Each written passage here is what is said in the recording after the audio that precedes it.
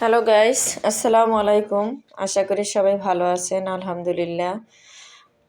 পুরনো বছরকে পিছনে ফেলে নতুন বছর চলে আসলো। সেই নতুন বছরে চিন্তা করলাম এখন কি খাওয়া যায়। তাই বাসায় কোনো খাবার ছিল না, কিভাবে কি করব চিন্তা করতেছিলাম। তাই আটা দিয়ে সেই ভাইরাল নুডলস রান্না করতেছি, দেখি কতদূর হয়। চেষ্টা করতেছি ভালো করে করার জন্য। হ্যাঁ, সবাই আমার জন্য দোয়া করবেন যেন নুডলসটা অনেক সুন্দর হয়। দেখি বোতলের ভিতর ঢুকাইয়া এখন একটা ফ্রাই প্যানে তার উপরে দিতেছি। বোতলের ছিদ্রটা একটু ছোট ছিল, তাই বের হতে খুব কষ্ট হচ্ছে।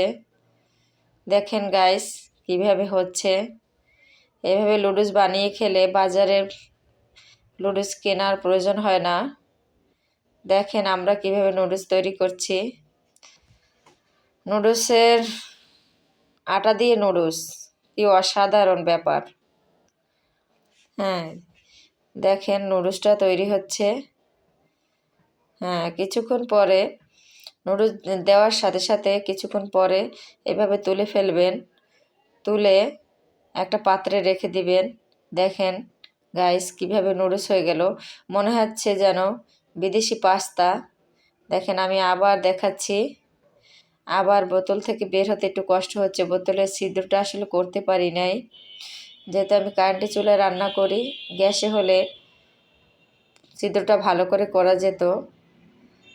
দেখুন গাইস এভাবে দিবেন।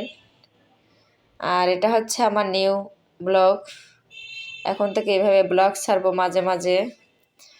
আপনাদের ভালো লাগলে প্লিজ সাবস্ক্রাইব করে দিবেন আর বেশি বেশি লাইক করবেন। দেখেন অতি সামান্য উপকরণ দিয়ে নুডলস রান্না করতেছি। সামান্য বললে ভুল হবে, তার চেয়েও সামান্য, অনেক সামান্য। এভাবে নুডলস রান্না করতে করতে দেখেন তারপর আমি এই নুডলসগুলো ভেজে নেব। বাসায় ডিমও ছিল না, শুধু পেঁয়াজ কাঁচামরিচ আর তেল দিয়ে নুডলসটা ভেজে নেব। দেখেন গাইস পেঁয়াজ কাঁচামরিচ এগুলো ভালো করে ভেজে নেব। ভালো করে ভাজা হয়ে গেলে এর ভিতরে সেই আটার ভাইরাল নুডলস এটা দিয়ে দেব। দেখেন কিভাবে হচ্ছে। এই যে সেই আটার ভাইরাল নুডলস দিয়ে দিচ্ছি। এই যে এখন রান্না হবে।